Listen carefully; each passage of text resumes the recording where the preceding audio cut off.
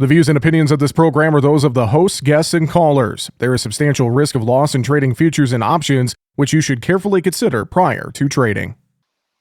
Well, taking a look across the market trade on Tuesday, we saw a decent day in soybeans and in the livestock sector. While quarter wheat trade was under a little bit of moderate pressure and a decent recovery in the outside markets as we went through Tuesday's session. Let's talk about it. Joining us for market analysis, Corey Bratlin with agmarket.net is here. And Corey, it is good to talk with you again. Hope you had an awesome Easter holiday weekend. Thanks for joining us.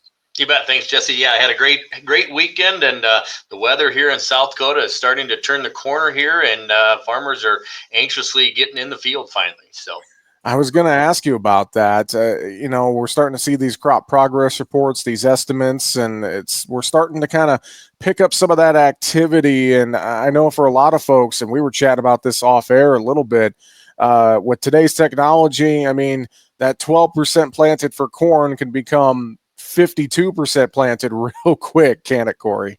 it sure can. And I think, back history, I think one of the biggest weeks we ever had of planting pace was up in that 30% week over week. So yeah, this year I do expect, we were 12% planted here yesterday, Jesse, on corn across the nation, which we're off to a great start. We're ahead of the 5-year average. I kind of looking for that number to be upwards of that, 27 to maybe 30% range. We've got some pockets out there, Eastern Corn Belt, maybe in the Delta towards the Mid-South that been catching some bigger rains. But, you get west of the Mississippi, we missed out on some of the rains, and some of the rains that were heavily forecasted were kind of a disappointment over the weekend. So planters are rolling in a lot of areas, especially in the Western Corn Belt.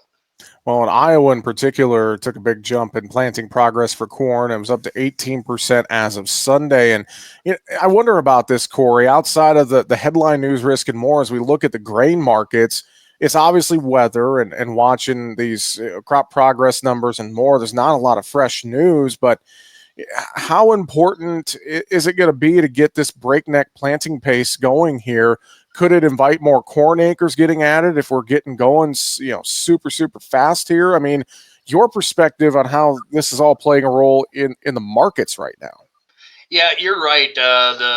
As a farmers, my experience with working with guys here the last 25 plus years that I've been working with them, if the planting conditions are good and it's early, they have a tendency to throw in that extra field or an extra quarter of corn or wheat, whatever they're working on, just as conditions are good, because we know too well that if we decide to take a day off and cut off early and we end up paying for that, we plant when the window is when Mother Nature gives us opportunity. So that definitely could, and I do expect that to lead to a little bit more acres.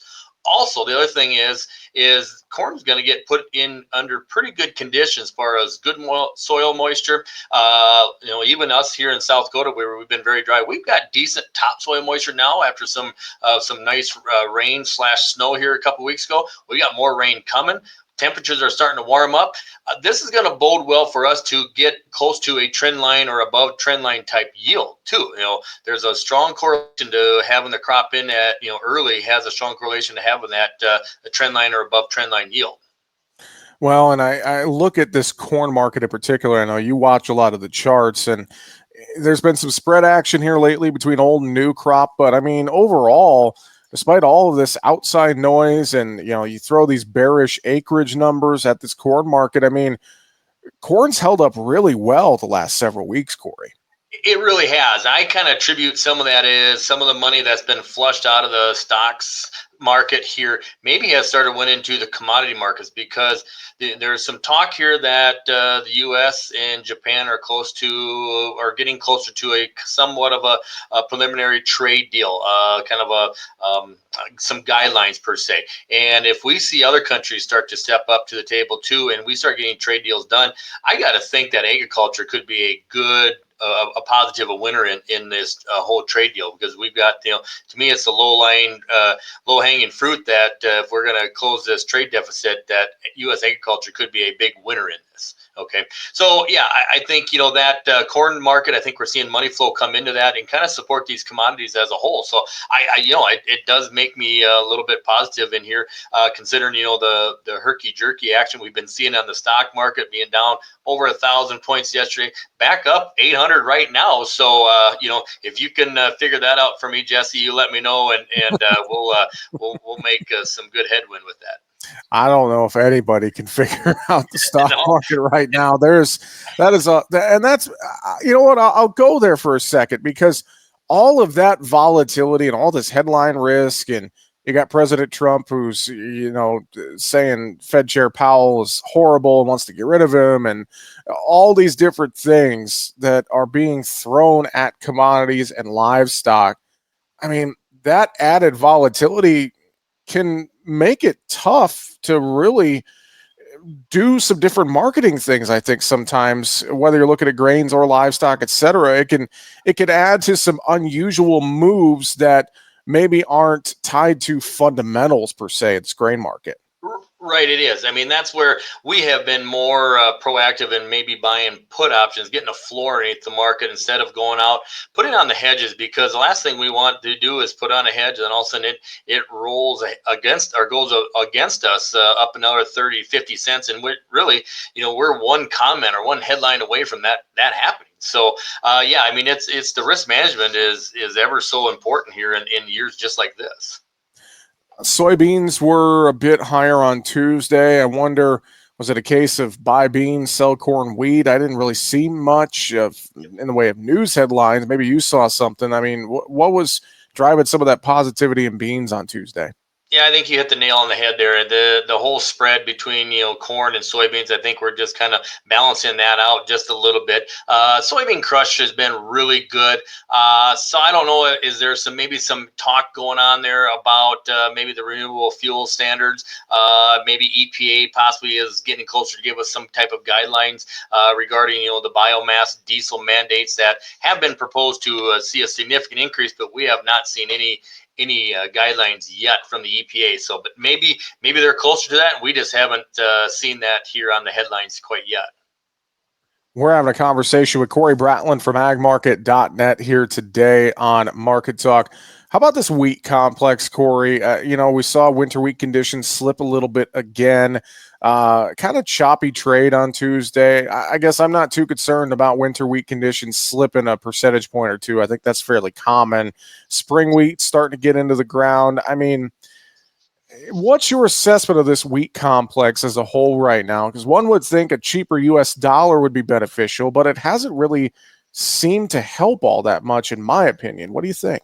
Yeah, I mean, the cheaper dollar definitely helping. On the chart wise, the Kansas City May futures, the front month, they get down below about 550 on the board. They find support. We rally back to around 575, 580. We find resistance. So, and that's been a range that we have been trading in quite a bit here lately. Now, crop ratings did lose a couple percent in the good to excellent. So about 47% of the crop is rated good to excellent in the winter wheat crop. Now, they got some big beneficial rains through North Texas into a good chunk of Oklahoma, eastern third or so of Kansas, and they got more coming. So I do look for those crop ratings to rebound, at least stabilize, if not maybe bounce back just a touch here next week. So, but yeah, the cheaper U.S. dollars definitely makes us more competitive.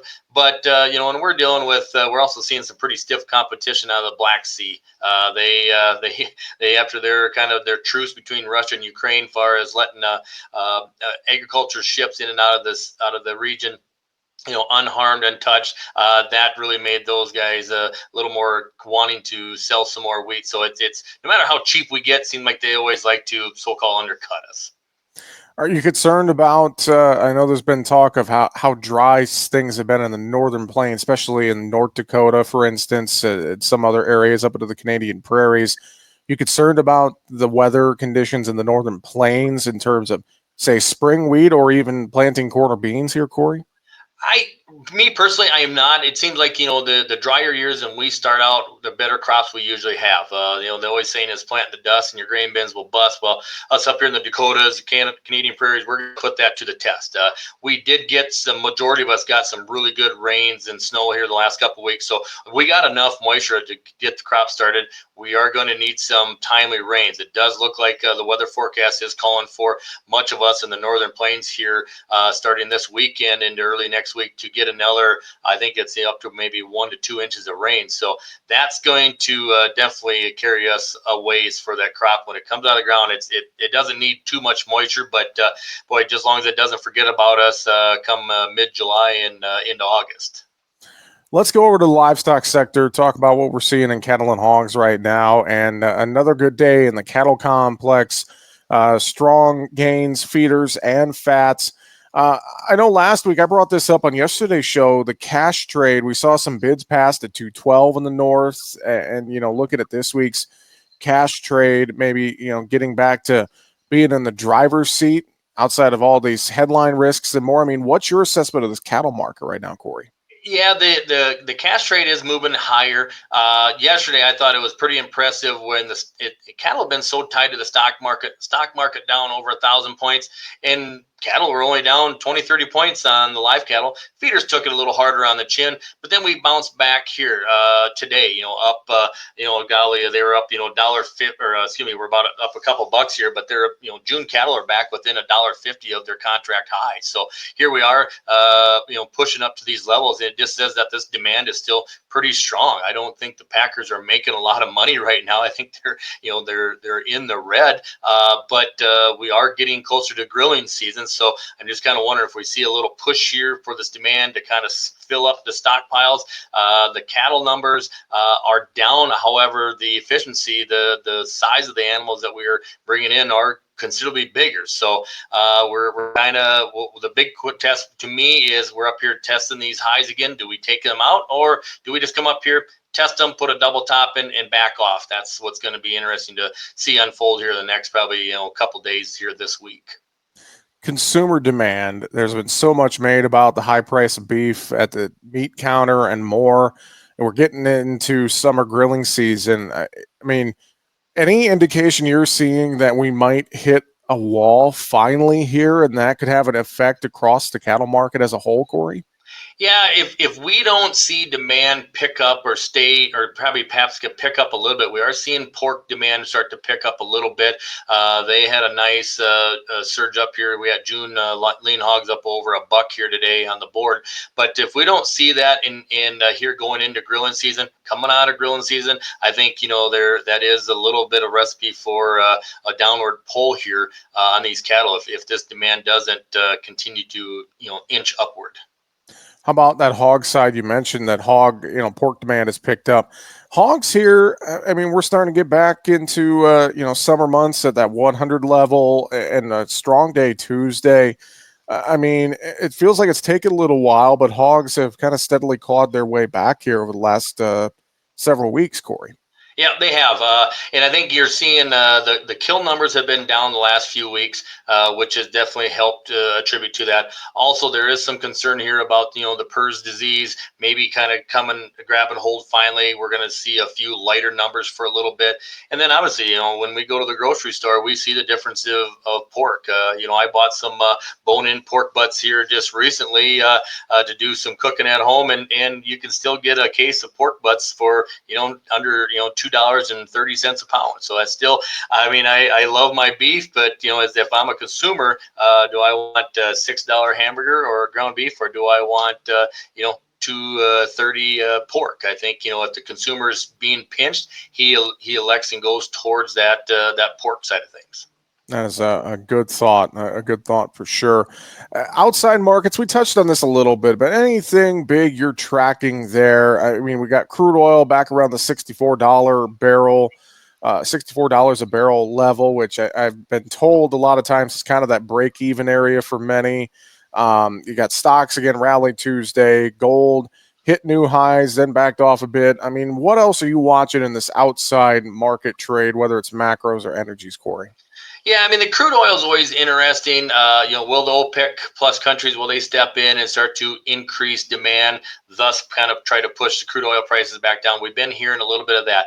The stock market, we had a nice rebound here today. I was just looking at the chart and stuff.